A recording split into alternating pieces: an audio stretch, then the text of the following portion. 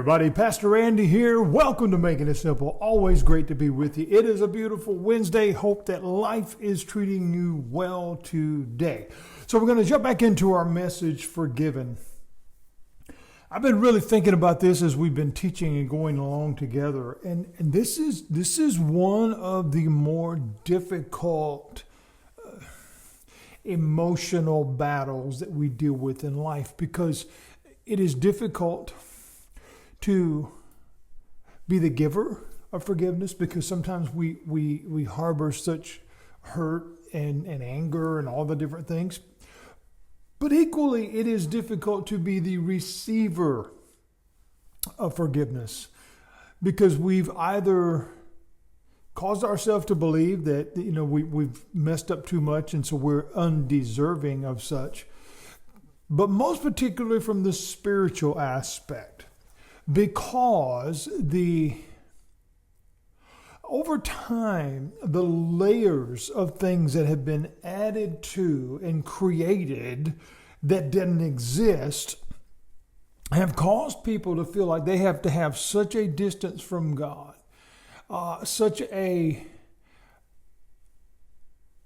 it's not even worth trying type of attitude when it comes to spiritual matters, that they don't, and they give up because I'm not worthy, I've done this, I've done that. And again, the layers of stuff that have been added that aren't there.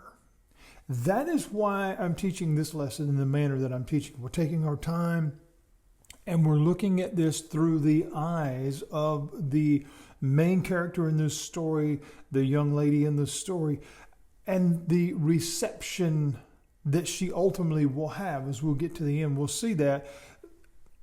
But what I really, really, really like is the attitude of Jesus. Because what we find in this story, in this account, is while everything that he's doing and saying is in public, if you will, it is right before everybody. As I said in another lesson, he drowns out the noise and all the ones that are saying, well, how could he? Why should he? Who is he? And he directly deals with the one in need. That's what I want someone to hear today. Friends, sometimes we need to shut out the noise, because there's a whole bunch of it. And the one thing about noise is oftentimes a distraction for something else that's more important to be paying attention to. In this particular case, the hearts of those that are so anti everything that he's trying to do. Why? Well, we'll look more at that as we deeply, listen to me, I'm making up words, as we look deeper into the message. So we left off yesterday. And so he said to her, your sins are forgiven. Immediately we see the scoffers, the skeptics, the complainers, the doubters, the royal pains. They are here and they ask this question: who is this man who even forgives sins? And we talked about that yesterday, and we started breaking that up. And we begin to look at the first part of that question: who is this man? And I left you with those thoughts. Who is he to you? Because unless we are able to look beyond the religious boundaries, the denominational boundaries, the theology, the doctrines, and all the other stuff that people have come up with, we don't see who Jesus really is. It is until we become in that relationship, because of that one heart mindset that we can have, that is when we begin to realize, wait a minute, this is so much deeper than maybe anything that I've ever been told, maybe anything that I've thought, because of what I've been told, I've only thought this. You see the boundaries that are created by what we hear? I was just recently teaching on Sunday morning and talking about the woman with the issue of blood. And there's a specific line in that story that says she had heard about Jesus.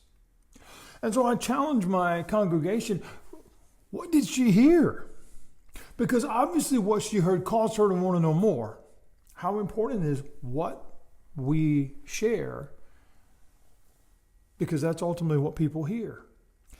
If we paint Jesus, if we paint God, the understanding of all this in one light that is maybe not very pleasant, maybe ugly, maybe confrontational, maybe this, maybe that, does that draw or send away?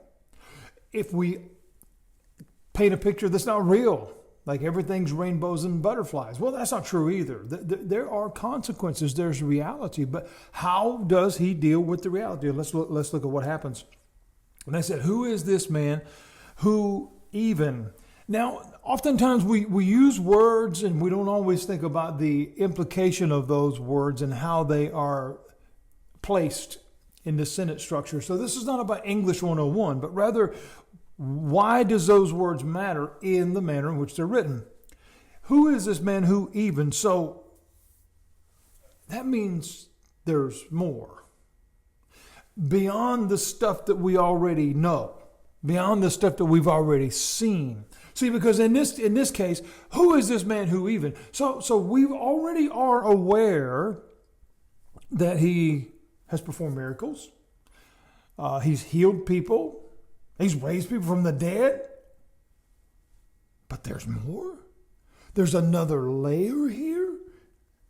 He even forgives. I want someone that is listening today to hear that. So this Jesus that I've heard about, the one that walked on water, the one that turned water to wine, the one that raised Lazarus from the dead, he can forgive me. He will forgive me of the things that have caused me to feel separate from God, not be separate from God. See, many people teach that, but we are never separate from God. We feel separate from God because of the guilt and the condemnation that many have poured on. But we've not talked to him because we feel like we can't. I've done this, I've done that. Here's where the beauty of this story is. This young lady's been told this too. Absolutely without a question. You know, the religious experts, the law, all this different stuff have deemed her as unclean, unfit, unworthy. She comes to Jesus in her brokenness, with her tears, with her greatest offering. And I don't say that in the manner of the wealth and prosperity foolishness that we hear, but rather, I'm giving you everything I've got. But most importantly, I'm giving you me. They ask, who is this man who even forgives sins? That written in plural. Why? Because there are so many things in this life that we do that cause us to feel separate from God. That, again, whether it is for real, whether it is a thought, whether it is a tangible physical thing, a moral failure, all these different things that we categorize in that word, which is so confounding sometimes because, again, in the church world, everything's a sin. But do we understand what it means? Because we've merely labeled it as moral failure in some structure, a naughty word, a naughty thought. But it's so much broader than that. Because anything that makes me feel that I cannot be close to God, well, that puts me surviving on my own, but it also breaks the heart of the Father because he said, I want you to be here. We can work through that.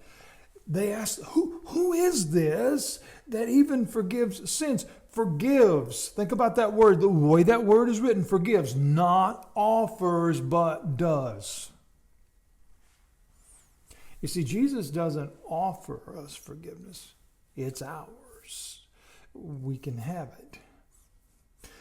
But do we accept it? See, forgives is not an offer of forgiveness. You are forgiven. But do I accept it? Because oftentimes I don't because, well, I'm not worthy. I've done this, I've done that, I've made too many mistakes. Forgives sins. But you don't know what I've done, Pastor. No, I don't. And honestly, I don't need to. But he does. And he says, I forgive you. I forgive you. We're clear. This is all taken care of. Does that remove consequence? No. Sometimes there's things that are going to happen because of our actions. That's real. But what this tells us as we look at this a little bit deeper, what this tells us, this, whatever it is, and we can define that in so many ways, does not have to remain an obstacle in growing closer to Him. It really boils down to the fact that we simply don't accept it, or we don't believe that we can be forgiven. So it really does come back on us. The offer is on the table. Friends, we're going to pick back up on this tomorrow, Lord willing. I'll see you then. Have a great day.